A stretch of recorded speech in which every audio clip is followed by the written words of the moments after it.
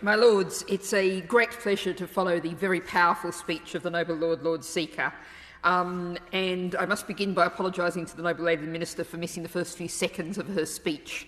We did have a very long group in the Grand Committee on the Procurement Bill. And I must commend the Noble Lord Moynihan for bravely, in the Yes Minister sense, highlighting the importance of stability in government policy, using the example of Norway, which is, of course, known for such stability in its policy making, with a modern, functional constitution, with a parliament that reflects the view of the people elected by proportional representation, producing what's generally agreed to be a fine quality of governance. I would point out, however, that whatever the final belated delivery of this, as the Noble Lord Seeker just highlighted, very modest tax on the oil and gas industry, the kind of instability that the renewable sector has seen in policy, with the sudden pulling out of the rug of the feed-in tariff, which saw many small independent businesses, solar installers, small-scale hydro, see their businesses disappear overnight because of government policies, that saw the insulation sector several times being encouraged by policies of the government to build up, and then again had the rug pulled out from under them. So I do have to commend the Noble Lord for being terribly brave in the criticism of his own government. Now we find ourselves here in the strange situation that a government on its way out is finally seeking to make oil and gas companies that have made huge profits, as the Noble Lord Seeker just outlined, not through innovation or positive activity or investment, but because of a perturbation in the global energy markets and, of course, as the Noble Lady Baroness Kramer highlighted, President Putin's invasion of Ukraine. These are profits made on damaging products that impose heavy costs on us all, costs that we've been experiencing today, because, of course, today's temperature is just weather. But we're seeing a great deal of notable, extraordinary weather on this overheated planet, for which the oil and gas sectors bear the greatest responsibility. And of course, this tax only applies from the 26th of May, which means the bumper profits enjoyed by companies such as BP and Shell in the first quarter of 2022 are not covered. Now, this, the government says, is a temporary tax, and one brought in belatedly long after the Green Party and then others called for its introduction. The government says that it will be dropped whenever prices normalise, whatever that means, or by the terms of the bill at the latest on the 31st of December 2025. Or, of course, potentially by government fiat either. I'd be interested to know if the Noble Lady the Minister can tell me what's the position of the field of the Conservative leadership candidates on this dirty profits tax. Here, I hadn't heard the rumours that Noble Lady Baroness Kramer had, but I haven't heard any affirmative statements either, whether they intend to maintain the government's current policy. Since we've seen so very little about any environmental issues in the leadership debate, astonishingly, given our nation remains the chair of COP, and a nation that in the recent Integrated Defence Review interviewed the climate emergency as a major threat. The I reported, and I have no reason to disbelieve, that not a single Conservative leadership candidate attended the emergency briefing led by the UK's Chief Scientific Advisor, Sir Patrick Vallance, outlining the catastrophic impacts of a warmer planet, an updated version of the one that converted Boris Johnson, at least rhetorically, to the cause in 2020. Now, I'm sure that the party is aware of the fate of the climate change denying government of Scott Morrison in Australia, which has had so many similarities to our current one, and it must be concerned about how the public will see the huge black hole at the centre of the Conservative leadership debate. Now, of course, when we're talking about this tax, as with so many government's so-called green measures, what's on the wrapper is not reflective of what's in the tin. There's nothing extraordinary about the tax rate being temporarily introduced. It reflects, as the Institute for Fiscal Studies notes, simply a return to the levels, quote, broadly typical of the historic rates of North Sea taxation since the 1970s. Perhaps that's some of the stability that the noble Lord Moynihan was looking for. And that's without counting the super deduction so many noble lords have already covered. That means investing £100 in the North Sea for new production will only cost companies about £8.75. So the remaining cost is met by the government. That's the money of so many hard-pressed citizens struggling with the cost of living crisis going into new oil and gas.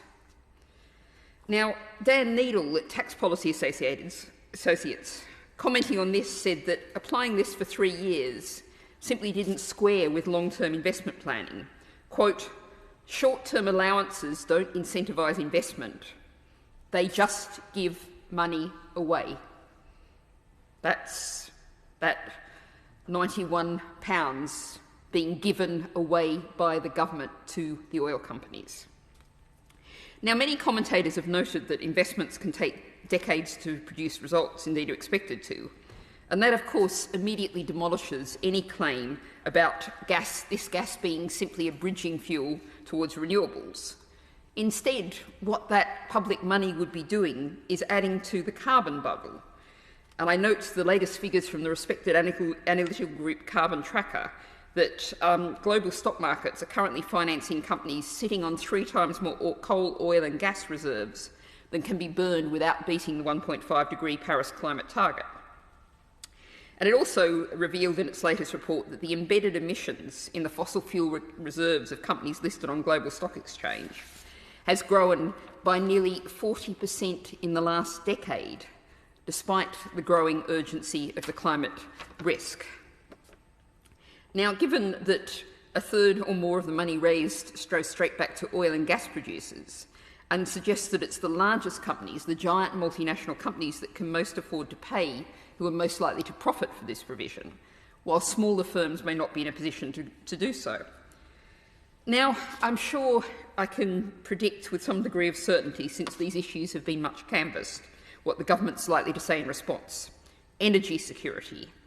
And they'll probably know what I'm going to say, at least in general context. But I think it's really worth highlighting that we are part of a global energy market. This is not gas that's going to go into our market, it's gas into the global market. And I have seen in 1 or 2 places the government trying to say, well, you know, supply and demand, more supply means the price goes down. Well, on 2017 figures, the UK has 0.106% of the world's natural gas reserves. So the claim that that's going to make any difference to the global price simply doesn't add up. And, of course, there's also the fact, coming back to the point of Norway raised by the noble Lord Moynihan, we get most of our gas from Norway, the external gas, and that has a carbon footprint significantly lower than that in the UK. And I want to come back to the points raised by the noble Lord Seeker about the economic context. And I think one useful way of framing this is a report recently from the Commonwealth think tank, which noted that workers in the UK would be paid £2,100 a year more on average if wages had grown in the same way as company dividends in the past 2 decades in our rentier-dominated economy. Now, that think tank joined in a May Day statement with groups including the Women's Budget Group, reflecting the gendered nature of equality in the UK, pointing out that this current cost of living crisis, which is often seen and dated to the start of the Russian invasion of Ukraine, is actually a long-term trend.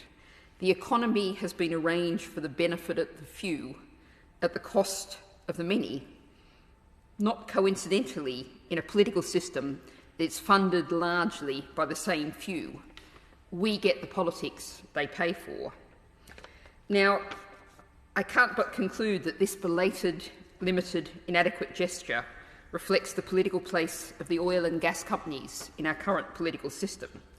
And it's deeply disappointing, and I won't go into detail in this because the noble Lord Seeker, I think, has already covered this very well, that the renewable sector is not getting similar incentives.